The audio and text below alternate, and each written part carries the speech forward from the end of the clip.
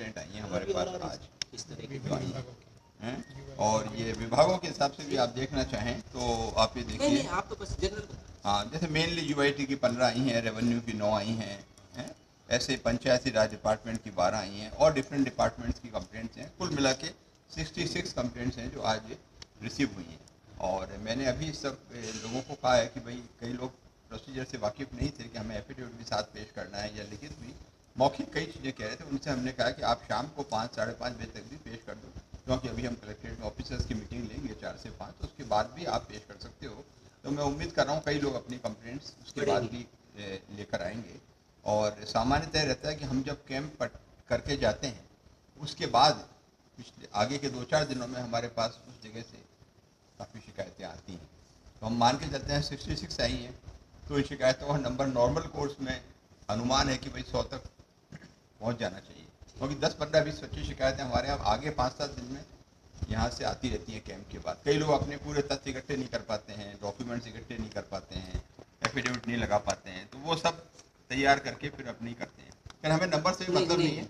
हमारा प्रश्न खाली इतना सा है कि भाई जो जेन्युइन शिकायतें हों उनको हम एड्रेस कर सकें। हमारा फोकस तो खाली उस पर है कि जितनी भी जेन्युइन शिकायतें आती हैं हम उनको उनके लॉजिकल कंक्लूजन पर ले जा सकें, जल्दी से जल्दी उनको प्रोसेस करके जिसमें रिलीफ मिलना चाहिए कंप्लेनेंट को, वो रिलीफ उसको मिल जाए, ये हमारा उद्देश्य है।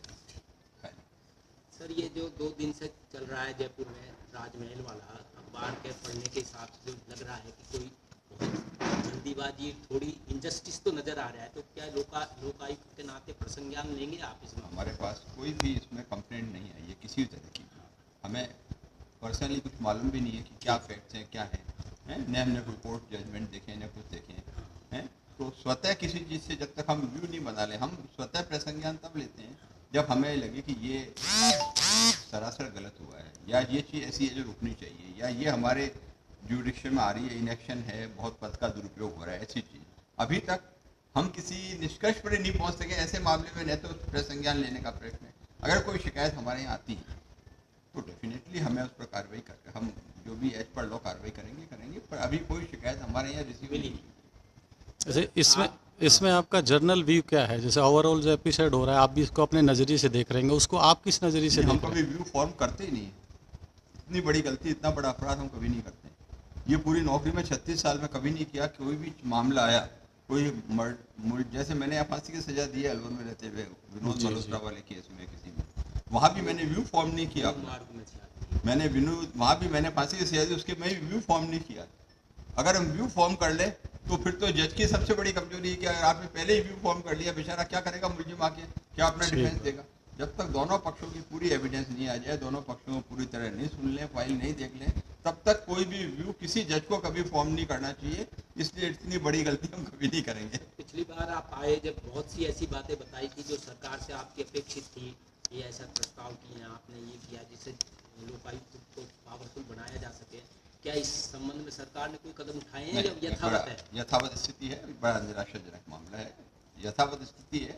लोकायुक्त अधिनियम को प्रभावी बनाने के लिए, लोकायुक्त संस्था को सशक्त बनाने के लिए कोई भी अधिनियम में लेश मात्र भी संशोधन अभी तक नहीं हुआ। एक सरकार ने कमेटी बनाई थी, उस कमेटी की क्या रिपोर्ट है हमें अभी तक नहीं मालूम है, रिपोर्ट दी भी है नहीं दी है, और उस दिशा में लोकायुक्त को प्रभावी बनाने की दिशा में कोई भी कार्यवाही अभी तक नहीं हुई है।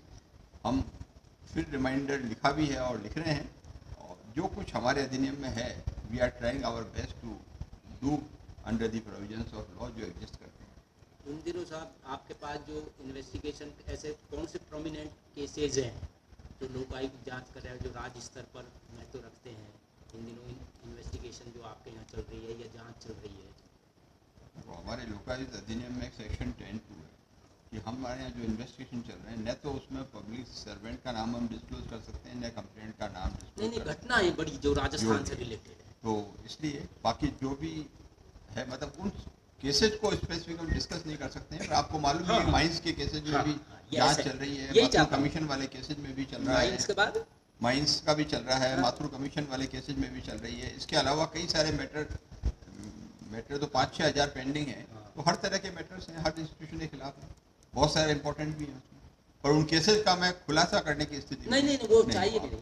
कितने ऐसे आईपीएस आईएएस हैं जो लोकायुक्त के अधीन जांच में है सर? संख्या केवल संख्या तो ऐसे निश्चित नहीं बता सकते। Roughly- हाँ, कई सारे ऐसे हैं जिनमें सभी हैं, मिनिस्टर्स भी हैं, आईएएस ऑफिसर्स भी हैं, हर तरह के और ऑफिसर्स भी हैं। सबके खिलाफ कुछ न कुछ चल रहा है, पर उनको हम नहीं। डिस्कस और डिस्क्लोज करने की स्थिति में जनरल उसमें general we are bound the provisions of by provisions of our act. नहीं सर, अधिनियम में संशोधन के लिए भी आप रिमाइंडर भी लिख रहे हैं और फिर सरकार भी ऐसे मतलब उस पर विचार नहीं करती, तो सरकार की मंशा को लेकर के आप कुछ कहेंगे कि सरकार की ऐसी क्या मंशा है कि आपके रिमाइंडरों पे वो गौर नहीं कर रही है? हम तो ये कह सकते हैं कि सरकार को करना चाहिए। अगर राजस्थान में सरकार चाहती है कि राजस्थान का नाम देश में हो, राजस्थान प्रोग्रेस करे, तो उसमें लोकायुक्त संस्था का लाभ सरकार उठा सकती है। लोकायुक्त संस्था को सशक्त बना के भ्रष्टाचार का जिस सीमा तक निराकरण होगा उतना कोई दूसरी संस्था नहीं कर सकती है। इसलिए हम तो खाली सरकार से ये अपेक्षा रखेंगे कि लोकायुक्त को सशक्त बनाइए, इस अधिनियम को प्रभावी बनाइए। राजस्थान में भ्रष्टाचार कम होगा तो राजस्थान में विकास होगा, राजस्थान का नाम पूरे देश में और दुनिया में रोशन होगा। हम खाली अपेक्षा कर सकते हैं और सही वस्तु स्थिति को बता सकते हैं। सब अपना अपना काम करें, हम अपना काम कर रहे हैं, सरकार को अपना काम करना चाहिए, आप अपना काम कर रहे हो।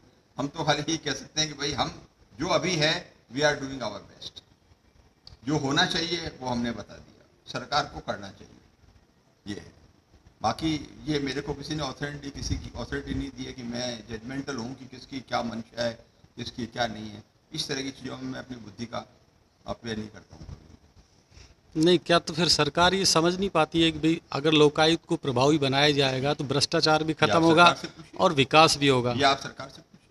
मीडिया का भी कुछ दायित्व है, जनता का भी दायित्व है, मीडिया का भी दायित्व है, एनजीओ का भी दायित्व है।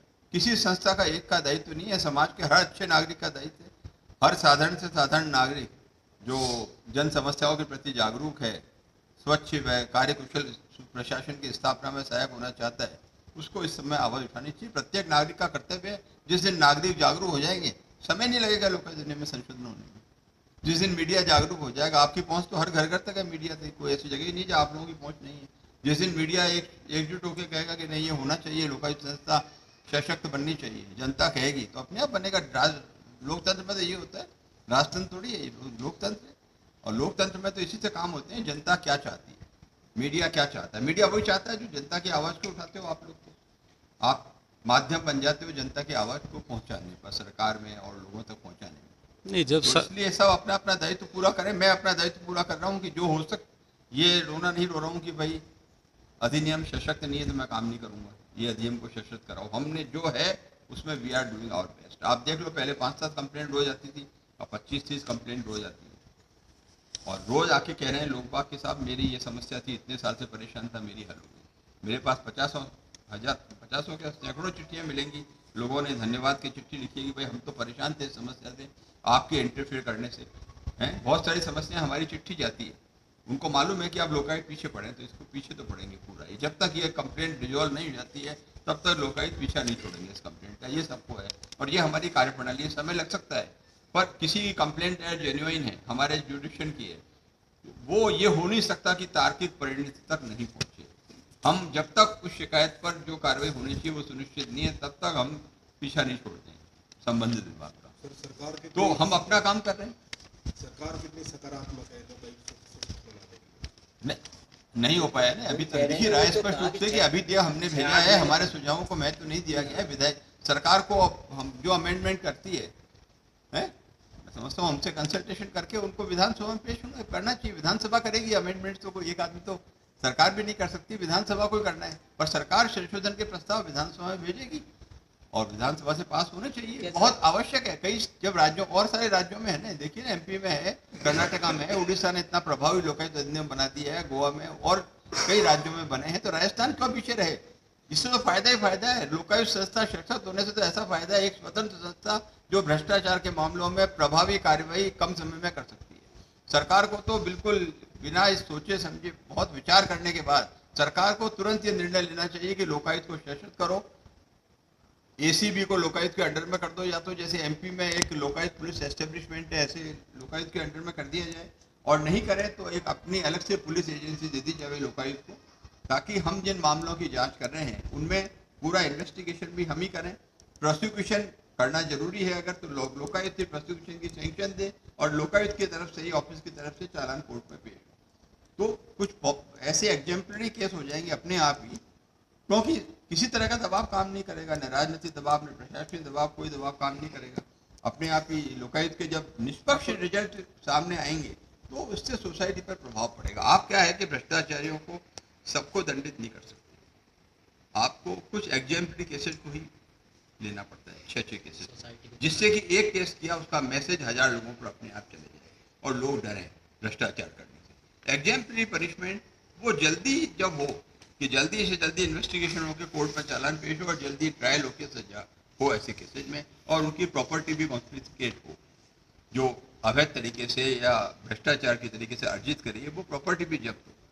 ये जब तक चीजें नहीं होंगी, और ये काम खाली लोकायुक्त संस्थाएं कर सकती। मुझे बताओ ऐसी कौन सी संस्था है जो प्रभाव रहित काम कर सकती है, किसी के अंडर में नहीं, कौन सी संस्था है आप बताओ राजस्थान में? मुझे आपको लगता हर जगह ऐसी संस्था होनी चाहिए ना, एक आपको लगता है जो कि सरकार पर सारी व्यवस्था पर एक स्वतंत्र रूप से देख सके क्या सही है क्या गलत है। आपको ये लगता है कि आप लोकायुक्त अकेली संस्था है जो ऐसी कोई और संस्था नहीं है जो दबाव में नहीं हो, सिर्फ लोकायुक्त है जो दबाव ये में बिल्कुल नहीं कह रहा हूँ, किसी के अंडर में है, हर संस्था किसी के अंडर में है। अभी जो संस्थाएं हैं, जैसे अभी गवर्नमेंट ऑफ इंडिया में सीबीसी देखोगे, स्वतंत्र संस्था है, सेंट्रल विजिलेंस कमिश्नर है, सीबीआई, मतलब एक इलेक्शन कमीशन है, बिल्कुल स्वतंत्र संस्था है। मेरा मतलब स्वतंत्र संस्थाएं कोई सी भी हों, जितनी भी स्वतंत्र संस्थाएं हैं जिन पर कि सरकार का कोई नियंत्रण नहीं है, कॉन्स्टिट्यूशनल बॉडीज हैं या स्टेटूटरी बॉडीज हैं, जितनी भी हैं, मेरा सुझाव है कि देश भर में उन संस्थाओं को सशक्त किया जाना चाहिए,